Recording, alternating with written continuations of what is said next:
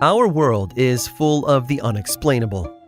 And if history is an open book, all of these amazing tales are right there on display, just waiting for us to explore. Welcome to the Cabinet of Curiosities.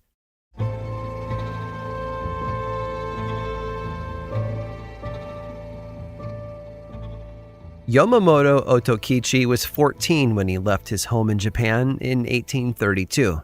He'd taken a job on the crew of a rice transport ship bound for Edo. The ship left the harbor on October 11th, and not long after was hit by a powerful storm that knocked the vessel way off course. It drifted far into the Pacific Ocean. Its rudder and mast had been ripped away, leaving the ship unable to steer in any direction. For over a year, the transport ship floated aimlessly in the Pacific, its crew growing increasingly desperate and hungry. They ended up surviving on desalinated water and by eating their cargo, the rice they'd been tasked with carrying to Edo.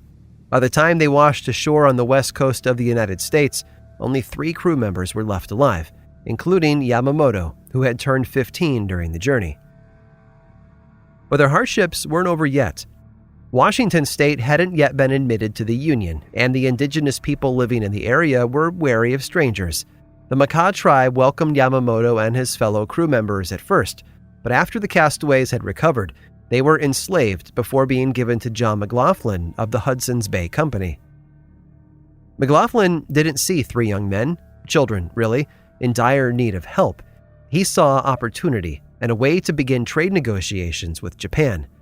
He put them on a boat to England where they were to convince the monarchy to fund his endeavor. The Brits didn't bite though. They didn't see any value in furthering McLaughlin's dreams of international trade, but rather than send Yamamoto and his friends back to the U.S., they were shipped off to China where they could find safe passage home from there. But just as their journey was coming to a close, fate had other ideas.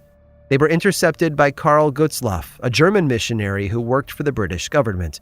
He wanted them to teach him Japanese so he could bring his religion to the people there. The 3 survivors did as they were told, educating Karl in their tongue before meeting an American trader who also wanted to talk to Japan about a possible trade partnership. The American promised to take them to Edo, the city that they had intended to go on their original journey. Finally, their journey would find some closure and they could return to their families and their previous lives. Unfortunately, the trader couldn't get his ship anywhere near the country. Every time he approached the shore, cannon fire ensued, forcing him to ultimately retreat to southern China. Japan, you see, had enacted the Sakaku policy, a word meaning closed country. Anyone seeking to enter or leave was met with hostility, often resulting in death. So Yamamoto and the other crew members built new lives for themselves in China. They worked as translators for the British government and several British companies. Yamamoto in particular bounced around from place to place, job to job, working on ships and helping sneak Japanese castaways back home aboard Dutch and Chinese ships, 2 countries not bound by the Sokoku policy. And yet, despite his work in helping others find their way to Japan, Yamamoto never took advantage of his position to return home permanently. He did visit twice on business, but never found a place for himself like he had in China. He married 2 times, and with his second wife, he raised 4 children. As part of his work for the British government, he was a naturalized subject and took on the name John Matthew Otteson before returning to Singapore to live out his final years. Yamamoto died in 1867, at just 49 years old. His life had been cut short, but he had packed it full of adventure. But it's not all sad. No matter where he lived or who he worked for, Yamamoto was and always would be a Japanese citizen. He'd left behind a family, friends, people he'd loved but would never see again. His body was buried in Singapore where he lived with his wife, but he'd been a man of 2 worlds.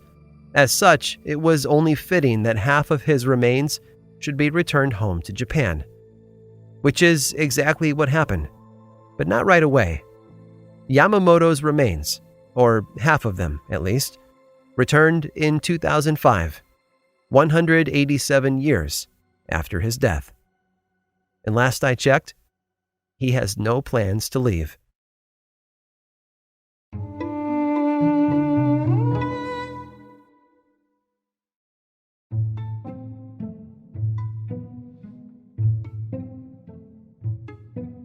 The 1980s were a wild time.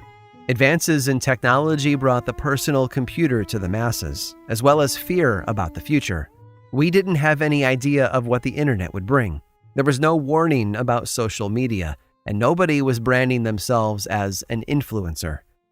But a war was brewing, one that would bring two world powers together in a display of unity not seen any other time in history. It began as the Cold War was ending. President Ronald Reagan and communist leader Mikhail Gorbachev had gone back and forth in an effort to end the global arms race. The Soviet Union had promised to eliminate ballistic missiles and intermediate-range nuclear forces, or INFs, from Europe.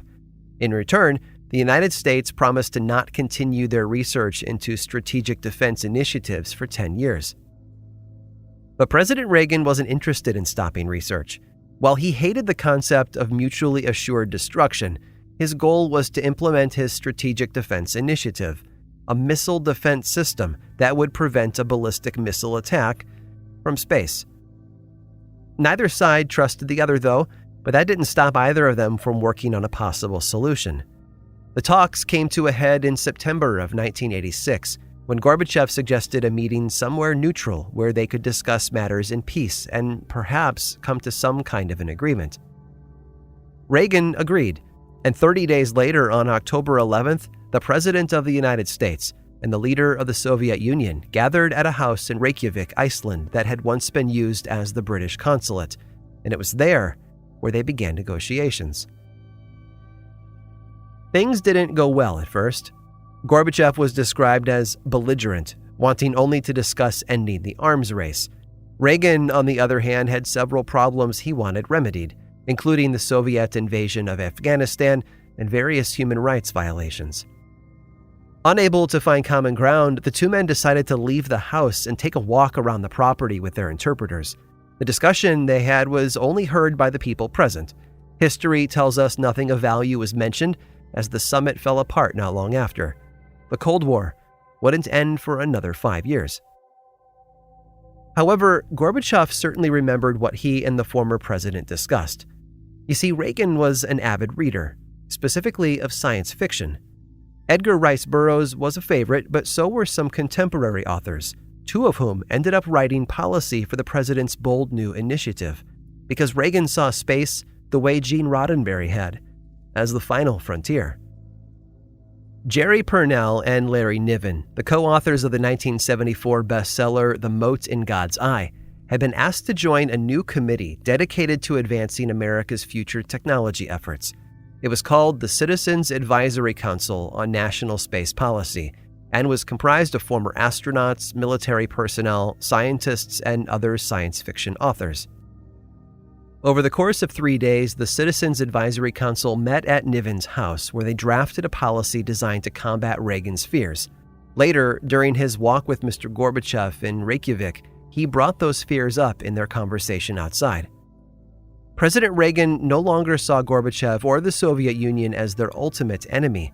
And although their talks fizzled in Reykjavik, the two men understood that at some point they would need to set aside their differences and join forces.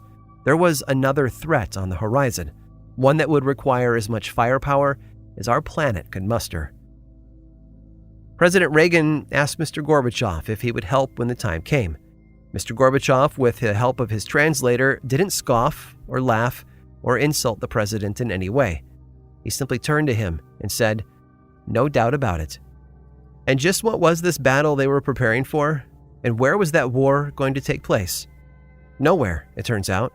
Well, nowhere on Earth, that is. They had agreed to help each other for the greater good, should a new enemy arrive to threaten their safety. An enemy from outer space. I hope you've enjoyed today's guided tour of the Cabinet of Curiosities. Subscribe for free on Apple Podcasts or learn more about the show by visiting curiositiespodcast.com. This show was created by me, Aaron Mahnke, in partnership with How Stuff Works. I make another award-winning show called Lore, which is a podcast, book series, and television show, and you can learn all about it over at theworldoflore.com. And until next time, stay curious.